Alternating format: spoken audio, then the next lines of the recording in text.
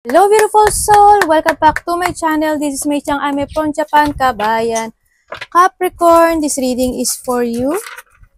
September 8 to 13, 2024. Maraming salamat muna sa aking mga subscriber, new subscriber, cross-watcher, at sa mga bagong pasok dyan. Welcome kayo sa bahay ni Ate Aimee. Maraming salamat din sa nakataba ng puso ninyong mga comments. At sa mga nagpa-personal reading po, maraming salamat. Kung gusto nyo na personal reading at energy nyo lang talaga, ang gusto nyong makuha natin, all the details po is nasa baba po ng video na ito. This is a general reading, Kabayan. Capricorn, kuno mo lang sa'yo at itapon ang hindi naman para sa'yo. Maaring vice versa, maaring nangyayari, or mangyayari pa lang. Use your own intuition, lawakan natin ang ating isipan. Pag hindi nagkit sa'yo, huwag mong ipilit. Anong energy mo this week? September 8 to 13, 2024, Capricorn. Please show me.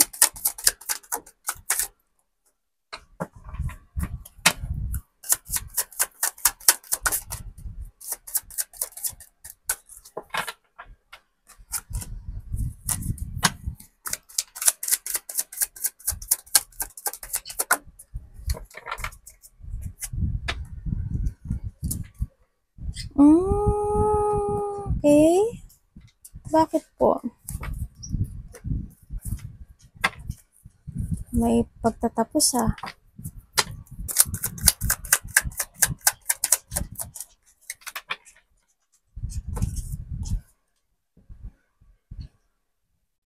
Thank you. Energy mo this week is nandito na yung situation na you are moving on, sa nakita ko dito. Mas more ka magpo-focus ngayon sa sarili mo, mas more ka magpo-focus sa mga decisions in life mo, more ka magpo-focus sa mga transformation mo. May ilelet ko ka, May ilelet ko ka dito. Maaring ilelet mo yung mga sama ng loob mo, maaring may mga ilelet ko or ikakat kang mga tao sa buhay mo na hindi naman nakakagut sa iyo o ano man situation niya sa nakita ko dito. Andito na there's an awakening also ang nakikita ko sa iyo dito. More ka mag-give effort sa mga more on decision, new decision, tsaka sarili. Yan ang nakita ko dito sa iyo. I don't know kung may pero siguro nagkaroon dito ng may sitwasyon kasi siguro na in the past na nagkaroon ng away, may mga tao na hindi compatible sa'yo, baka yun, basta maikakat ka na sa buhay mo. May mga sitwasyon na ikakat ka, maaring tao, situation, kasi nandito ka na sa Chariot you are moving on. May ilelet ko ka na rin. You're starting a new beginning sa buhay mo. Yan ang energy mo ngayon Letting go yung mga tao, situation, na hindi para sa'yo. Ang nakita ko dito. Tsaka imbalance also, Yan, baka yung dating hindi ka balance sa buhay mo, hindi nagiging okay yung buhay mo dati. Yun, baka ngayon babalansehin mo na at magbibigay ka na ng effort dito. More on beginning ang nakikita ko dito. Mas ibabalyo mo ngayon yung sarili mo. Mas makikita mo more yung halaga mo, yung worth mo, ang nakikita ko dito. Kakaroon ng awakening.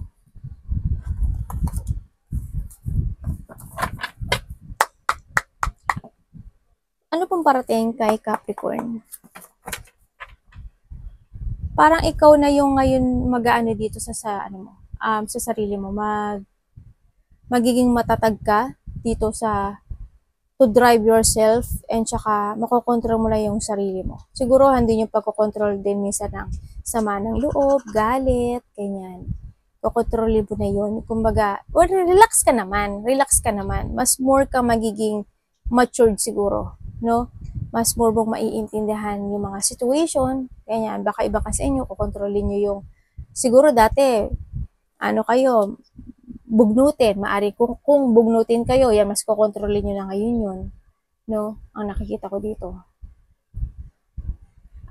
Tsaka dito na rin yung you drive yourself na rin sa sarili mo.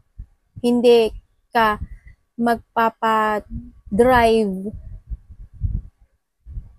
sa ibang tao. Sa ibang, halimbawa sa trabaho mo. Kumbaga, mas more ka mag-focus sa mga decision sa buhay mo. Hindi dahil sinabi ng kasamahan mo, ganito, dapat ganito, dapat ganyan. You have your own, may own kang decisions in life at doon ka magpo-focus. Tingnan natin. Ganun din sa relationship, syempre. Ano pong parating kay Capricorn? Ano pong parating kay Capricorn? Please show me.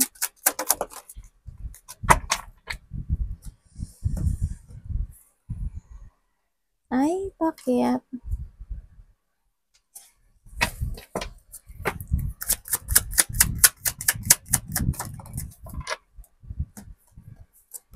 Hala, dalawa siya o 8-8. Ang paparating sa'yo is more thinking sa mga bagay-bagay kung tama ba yung tamang landas mo o yung mga decisions in life. Paparating sa'yo. Makakaramdam ka ng lungkot. Makakaramdam ka ng emotional. And then, makakaramdam ka ng self-doubt.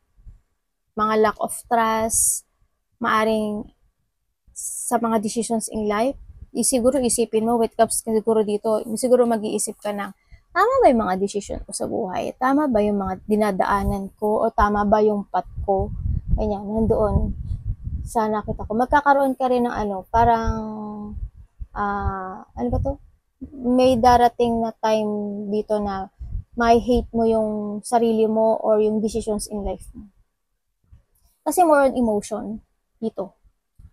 Magkakaroon ng mga pag-iisip na maguguluhan ka or hindi mo alam kung saan yung tamang direction mo. Ganyan. Maybe may guilty. Iba dito siguro may mga guilty ako nakikita sa maaring kung ikaw is nagkaroon ng pagsisinungaling, maaring magigilty ka, ganyan. O may mga decisions in life ka na hindi ma-actionan or hindi mo ibibigay yung effort mo dito, maaring doon magigilty ka. Sana ginawa ko na lang. Ganyan. May mga sitwasyon na pwedeng gusto mong i-withdraw or may mga gusto mong i-let go pero nalalack of trust ka kung dapat ba gawin ko to, dapat ba ganun, mga ganun. May mga pag-iisip every night na hindi ka gaano makakatulog, kulang ka sa tulog, ganyan ang nakita ko dito. More on emotional, nalungkot. Magkakaroon na din ng mga pagbabago with it comes sa ibang aspeto ng buhay mo, tsaka yung mga bagong pananaw sa buhay mo. Yan, mga sisibol siya. Pero mas more on thinking. Illusioning, dreaming, ganyan. Nakikita ko. May mga pag-iisipan ka. No? So, nakita ko sa'yo ito. Ano pang dapat iwasan? May mga, when it comes dito siguro, more, sa iba sa inyo is disappointment ang nakita ko. May mga disappointment din ako nakita na paparating sa'yo.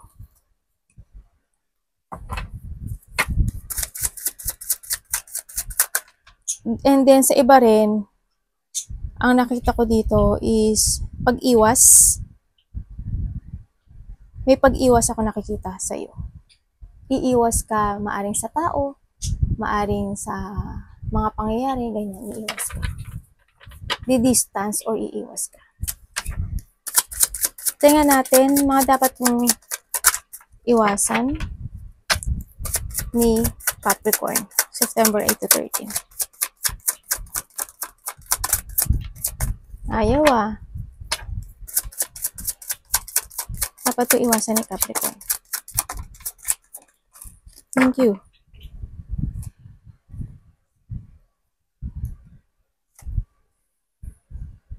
Ang mga dapat mo daw iwasan is yung lungkot. Siyempre, yung negativity. Dapat mo rin daw iwasan is yung... Kuha pa tayo. Bakit po?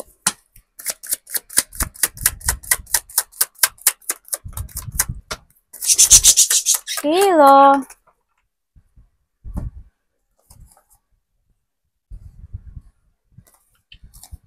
Naku, naloko na.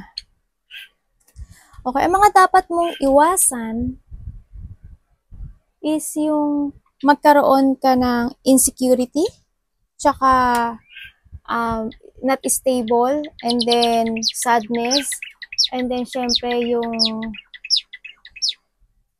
mga tension or yung mga tumatakbo sa isip mo na dissatisfaction. Iwasan mo daw yun. Yung mga situation na feeling mo stuck ka, yan, iwasan mo din yun. Sa nakita ko dito. Tsaka yung stress, yung pag-aalala, takot, yung magpo-focus ka sa mga lungkot, magpo-focus ka sa mga hurt, pain, anxiety, depression, yan. Iwasan mo daw maging ganun. No, iwasan mo daw yung maaring ikaw, halimbawa, nagkakaroon ka ng insecurity dahil wala kang ganong pera, kulang yung sahod mo, or insecurity sa ibang bagay ng buhay mo, or may mga sitwasyon ka na maaring nakakaramdam ka ng pagka-boring, ganyan. Iwasan mo yon yung pagkakaroon ng mga ganon. No? Iwasan mo lahat yun. Tsaka yung mga situation na, um, pakikipag-agreement or mga situation na pagiging mahina at pagkawalan ng tiwala sa sarili. Iwasan mo daw yun. Yung mga sitwasyon na huwag kang magpo-focus sa mga sitwasyon na hindi mo nakakamit or mga sitwasyon na nagfi-fail sa'yo, para sa'yo. Iwasan mo din daw yun. Huwag ka na mag-focus kasi kumbaga, we have the Ace of Cups. Siyempre, sinasabi dito na mag-focus ka ngayon sa beginning. Mag-focus ka ngayon sa sarili mo. Mag-focus ka ngayon sa kung paano mo mababago yung sarili mo. Mag-focus ka para ma-fulfill or ma-achieve mo yung mga gusto mo sa sarili mo. Mas more on love yourself, make a new beginning, and then, yun nga, there's an abundance naman. Kailangan mo rin harapin yung mga takot mo. Harapin mo kung kailangan mo magsalita ka. Huwag kang maging pipi. No, nakita ko dito. Kailangan ditong harapin mo yung decision making. Yung mga obstacle na to, kailangan mo harapin. Kumbaga, yun nga. Anak ba? Bango naman ang anak ko. Ay, anak. Dali lang na ka. When it comes to love, tandaan nyo, love is hindi lang sa boyfriend, girlfriend, love to your family, anak, kapatid, kapamilya, or kasamahan sa trabaho. Capricorn in love. Vision?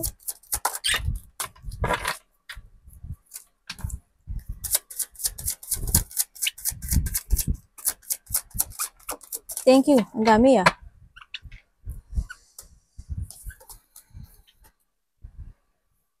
Devil.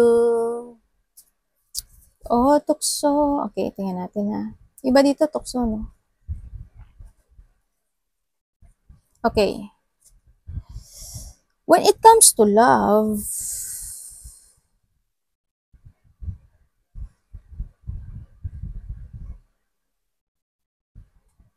anak, sandali.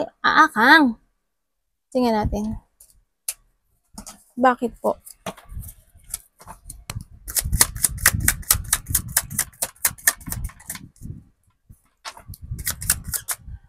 Sino ba to? Sino ba to?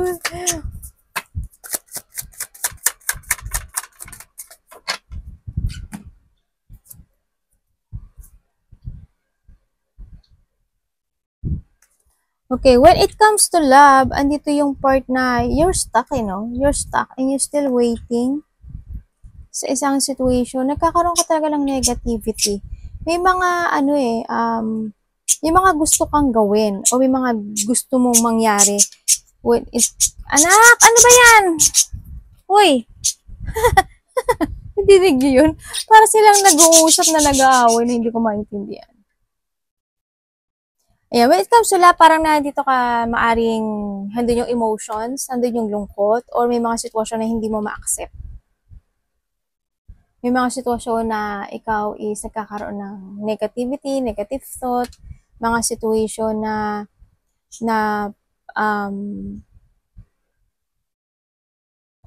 ano ba tayo to? Hardship. This is a hardship. Maaari iba sa inyo may problema sa pera o sa trabaho.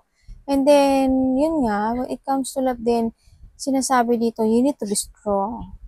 No? Alisin, if you have an addiction, no, alisin mo yun. Or, kung may mga negativity na nakapagpapahatak sa'yo sa emotion na ito, na lungkot, alisin mo yun. You need to release dito sa sitwasyon na to. Titingnan ko nga kung ano pa yung nakita ko dito. Okay. Kailangan daw, when it comes to a love, kailangan mo ng clarity, clear mind, and release mo yung mga maling gawain or maling situation mo sa buhay mo. Yun ang nakita ko dito. Kailangan mo ma-accept yung mga sitwasyon na hindi para sa'yo. O yung mga sitwasyon na nakapagpapa-stop sa'yo to change sa best version mo. Halimbawa, ay palainom ka ng alak, di ba? O kaya babaero ako, o kaya sinungaling ako. Ganon. Release mo yun. O kaya na-stuck ka kasi wala kang magawa kasi kulang ka sa financial kaya hindi mo maibigay yung gusto mong ibigay sa mahal mo sa buhay. Kaya gano'n, kaya ang nakikita ko sa'yo na negative yung utak mo. Yun nakita ko, huwag ka doon mag-focus sa gano'n. Kasi hindi naman nakukuha yun ano ba to? Hindi yun nadadaan. Hindi yun yung paraan. Ano ba yan, ate? Hindi yun yung paraan para ma-express mo yung love mo sa isang tao o yung pag-express ng mahalaga sila para sa iyo. Pag-usapan, di ba? Pag-usapan. Kailangan sa iyo kasi ito mental strength eh. Kailangan dito sa iyo clear mind. Kailangan dito kontrolin mo yung sarili mo. No? Dito kailangan mong i-release yung mga addiction na meron ka. And ibigay mo yung best mo. Ibigay mo yung kaya mo lang. Hindi ka naman siguro pinu-force eh, di ba? If ever you have a relationship. O kaya, andun yung, kung wala kang boyfriend, girlfriend, sa family mo, o di ba, sa anak mo, ganyan. Hindi naman hindi ka naman siguro inuobliga ng ganun kalaki, di ba? Kung ano lang yung kaya mo, ibigay mo para sa kanila. Tsaka syempre, may mga kailangan ka rin baguhin sa sarili mo. Diba? Para hindi ka maging devil. Tandaan nyo, devil is not only yung pagiging, kasi devil kasi also tayo. Addictions in life. May mga addiction tayo. Halimbawa, addiction ko is gastos ako ng gastos. Halimbawa lang, gastos ako ng gastos. Yun, addiction ko yun. Kailangan ko i-release yun. Why? Kasi at the end, mawawalan talaga ako ng pera. Mawawalan ako ng ipon. Hindi ako makakaipon. Kailangan ko i-release. Kailangan may clear mind ako. I know what is my purpose in life. Purpose. Martin, mali-mali na may English eh, no? Yan. Alamin mo kung ano yung purpose mo. Diba? Kung ano yung value nila. Ano yung value nila sa'yo. Diba? Kumbaga, sa ngayon, mag-focus ka na sa yun nga, pag-iipon ng money, ganyan. Tsaka, yun nga, be strong. Be strong lang, be strong. Ang nakita ko dito. And magkaroon ka ng mga strategy. Magkaroon ka ng mga bagong plano, needed yun. Anak, ni Popo mo si Mami. Kailangan magkaroon ka ng advanced thinking, the advantage. Yung mga ganun, advanced thinking in life, layunin, objective, ganyan. Focus, syempre, and take it action din, syempre, di ba? Anak, baba mo na. Advice. Ano pong advice nyo kay Capricorn? Huwag ka mag-focus sa negative. Huwag ka ma-frustrate. Kasi the more na napo-frustrate ka, the more na hindi mo ma-release yung mga addiction in life mo. Alisin mo yun. Kung ano yung mga addiction sa buhay mo. Yung pagiging makasarili, alisin mo yun. Diba? Kung kinakailangan. Kasi, alam ko na hindi mo kayang ibigay sa kanila lahat. Yung kaya mo lang, ibigay mo. Diba? Kumbaga, halimbawa, you have an addiction na pagiging sakim. Halimbawa lang ha, yun, i-release mo yun. Kung ano man yung situation na yun. Advice, anak.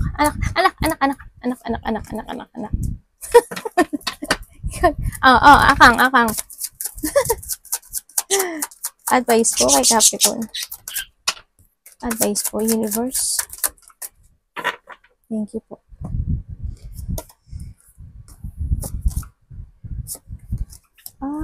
Bakit po? Nagkakaroon dito ng hindi ng unhappy relationship, ano? Bakit po?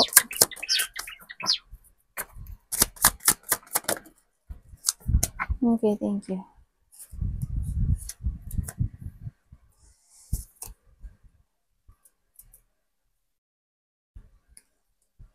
Ang advice sa'yo is, andito ka kasi ngayon, Capricorn, sa life mo na parang, nahihirapan ka sa mga bigat na responsibilidad na meron ka. Parang ayaw mo nun eh. Parang hirap ka na, ano to? Angkuin lahat ng responsibilidad. Hindi naman siguro ganun ang situation na dapat, na baka nasa isip mo lang din ito, no? Sa nakita ko, oo, doon na you have a problem when it comes to financial, trabaho, yan, pera, sa nakita ko dito, na parang may mga sitwasyon na hindi mo kayang solusyonan or gawin, sa nakita ko sa'yo dito. May mga sitwasyon talaga na hindi nag-fit sa'yo or ayaw mo lang ibigay, hindi mo lang ina-accept din siguro, sa nakita ko to. More on, sa iba rin sa inyo siguro, there's a person here kasi na insecurity rin, maaring gano'n, no? The advice is, make a plan. Siyempre, sinasabi rin dito, be practical. Nakikita ko sa'yo pagiging practical mo. Siyempre, you are very practical. And siyempre, handin din yung you need to be, kailangan mo daw na, ano tawag dito? Kailangan mo daw isipin yung stable ng pamilya mo, stable mo, or ng mga mahal mo sa buhay hanggang sa future. Yun ang isipin mo daw. Huwag mong isipin na hindi nag-fit kayo ng mga mahal mo sa buhay. Huwag mong isipin na ikaw lang yung bubuhat ng mga responsibilidad. Kasi nagkakaroon dito ng lack of support. Nagkakaroon sa'yo ng lack of success. Maybe ayaw mo na responsibilidad sa pamilya mo kasi hindi mo kayang ibigay sa lahat. Hindi naman sa totally ayaw. Hindi mo lang siguro kaya na akuin lahat. Kasi tulad nga na sinasabi ko sa'yo dito, yung kaya mo lang. Ang sinasabi naman, yung kaya mo lang. Kailangan lang siguro ito is communication, or kailangan lang dito, yun nga, tamang pag-uusap siguro. No? Kumbaga kasi may tao dito na ayaw na mag-support, parang there's a happy family, there's a happy foundation, may mga sitwasyon ako dito na nagkakaroon ng cancel, or hindi ko nakikita yung stable, either sa trabaho, or stable ng buhay mo, stable ng pera mo, stable ng family. May mga sitwasyon kasi dito na nagkakaroon ng divided, or nagkakaroon ng division, parang kanya-kanya. Ganun nakikita ko. Yan, the advice is make a new plan, strategy, and you need to sacrifice din kasi sa nakikita ko dito. If you want to fit yung isang situation sa'yo, ibigay mo yung nararapat. Ibigay mo yung kailangan mong magsakripisyo para mag-fit, para mag-match, 'di ba? Kailangan mong i-accept yung mga dapat i-accept para maging okay at maging matatag o maging stable yung buhay mo, yung trabaho mo, yung family mo. Kasi kung nakikita ko dito, or vice versa tayo kasi nakikita ko dito, may person kasi dito na makasarili. Or hindi man siya makasarili, siguro more on focusing lang talaga siya sa sarili niya. No? Kasi dito kasi, pinagaganda ko na yung words Kasi meron ako nakita dito na taong makasarili. Or sarili niya, ang iniisip niya lang. Hindi naman totally ganun eh. Kung may partner ka, dapat both of you is sacrificing. 50-50. Diba? Ang nakita ko dito. Dapat ganun. Kailangan mong magsakripisyo rin. Kailangan mo ring umaksyon. Kailangan mo magkaroon ng perspective or tamang pananaw o magandang pananaw sa kinabukasan. Yun ang nakikita ko dito. Huwag lang sa sarili. Hindi ko naman sinasabi na lahat kayo ganun, ano? Hindi ko naman sinasabi lahat kayo ganun. Kumbaga, kung ano lang yung kaya mo. Kung ano lang yung kaya mo. Yun lang ibigay mo. Kasi, yun nga, hindi naman sinasabi na 100% is akuin mo. Hindi naman ganun eh. Sacrificing talaga. No? Ang nakikita ko dito. Pagbabago, i-renew mo yung sarili, magtiwala ka sa sarili mo. The best is pagtitiwala. Tingnan mo, dalawa siyang star. Pagtitiwala sa sarili. Ang kailangan. No? Tiwala. More on, gano'n. Paulit-ulit si ate. Arigatou naman si God bless.